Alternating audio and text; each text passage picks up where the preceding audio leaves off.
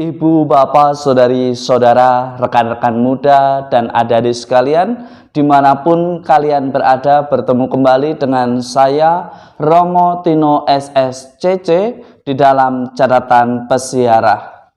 Di dalam perjalanan persiaran kehidupan kita, Anda dan saya serta kita semua tentu pernah mengalami kegagalan di dalam rencana dalam perjalanan hidup kita. Tetapi kegagalan bukan berarti Tuhan tidak menyertai. Kita bisa belajar daripada kegagalan itu untuk menjadi lebih baik dan bukan untuk menyangkal Allah. Sebelum kita mendengarkan permenungan dari catatan pesiarah, marilah kita membuat tanda kemenangan Kristus. Dalam nama Bapa dan Putera dan Roh Kudus. Amin. Allah Bapa yang berbelas kasih, Engkau senantiasa memenuhi hidup kami dengan mengutus Putramu. Bukalah hati kami untuk selalu menaati Yesus utusan-Mu, sehingga kami mampu menerima hikmat dari-Mu di dalam persiaran hidup kami, dan bukan senantiasa mendengarkan apa yang menurut kami baik dan bukan menurut rancangan-Mu. Buatlah kami senantiasa mengikuti kehendak-Mu, demi Kristus Tuhan dan pengantara kami. Amin. Ibu, bapak, saudari-saudara, rekan-rekan muda, dan adik-adik sekalian yang terkasih di dalam Yesus Kristus. Tentu Anda dan saya serta kita semua pernah mengalami yang namanya kegagalan dari setiap usaha, belajar, ataupun rencana yang sudah kita rencanakan. Ada banyak yang mempengaruhi karena kondisi, karena ketidakmampuan, karena kita yang kurang bijaksana di dalam mengambil sebuah keputusan.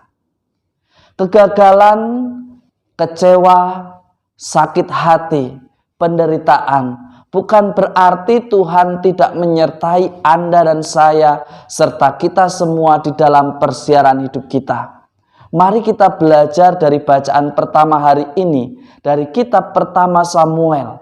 Kita mendengarkan bangsa pilihan mengeluh. Mereka meminta raja. Mereka mulai mempertanyakan kekuasaan Allah atas hidup mereka. Bahkan mereka mulai memaksa nabi utusan Allah untuk mengikuti apa yang menjadi kehendaknya. Pengalaman yang dialami oleh bangsa pilihan mungkin juga pernah kita alami. Anda dan saya serta kita semua mungkin pernah mengalami kecewa, gagal, lantas mempertanyakan kekuasaan Tuhan dan rencana Tuhan atas hidup kita. Tetapi cerita ini mengajak Anda dan saya serta kita semua untuk senantiasa belajar, bertekun dari setiap kesalahan yang terjadi. Bukan membuat kita justru kehilangan arah, kita tidak tahu mau kemana kita melangkah. Mari kita merenung, mari kita mengevaluasi. Sebagai orang beriman, kesuksesan, kebahagiaan bukanlah kejadian sesaat, tetapi ada proses, ada cara untuk mencapainya. Dan hanya orang yang bertekun dan mengandalkan Tuhan senantiasa mendapatkan apa yang menjadi rencana Allah di dalam hidupnya. Di dalam Injil suci menurut Markus pada hari ini, kita mendengarkan dan juga jika kita membaca, kita menemukan sebuah kisah yang amat menarik. Si lumpuh disembuhkan berkat usaha 4 orang beriman yang percaya bahwa Tuhan mampu menyembuhkan si lumpuh. Ketika Anda dan saya serta kita semua sakit, kita sadar bahwa manusia adalah makhluk sosial. Manusia tidak bisa hidup sendiri, maka kita memerlukan bantuan orang lain. Selain bantuan, kita juga harus memiliki iman dan usaha. Jangan hanya menunggu bantuan tanpa kita berusaha. Jangan hanya kita mengulurkan tangan meminta tanpa kita berusaha. tentu harus ada timbal balik, di mana orang yang ditolong mengusahakan semampunya dan orang yang menolong sebagaimana yang dimampukannya. Memang bukan perkara yang mudah di tengah pandemi COVID-19 kita diajak untuk memartabatkan sesama kita, sesama manusia.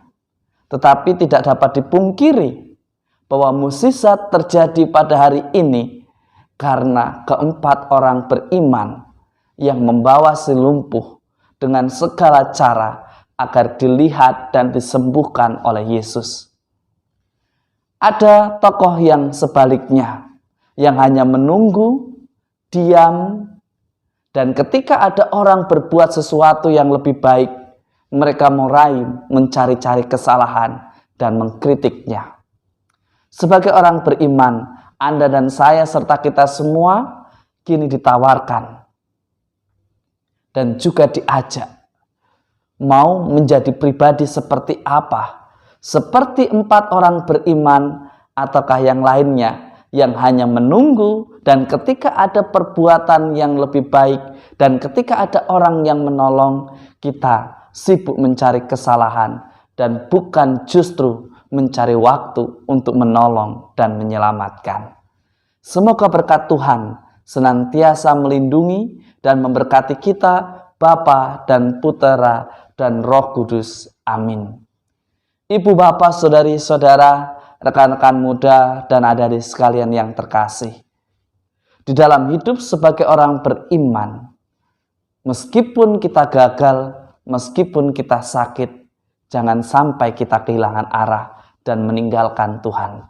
Jadikanlah Tuhan andalan hidup kita.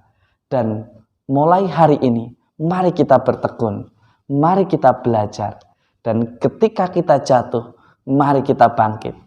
Dan ketika kita gagal, mari kita belajar agar kebahagiaan dan sukacita yang kita impikan sungguh hadir karena Tuhan, karena rencana Tuhan yang kita dengarkan.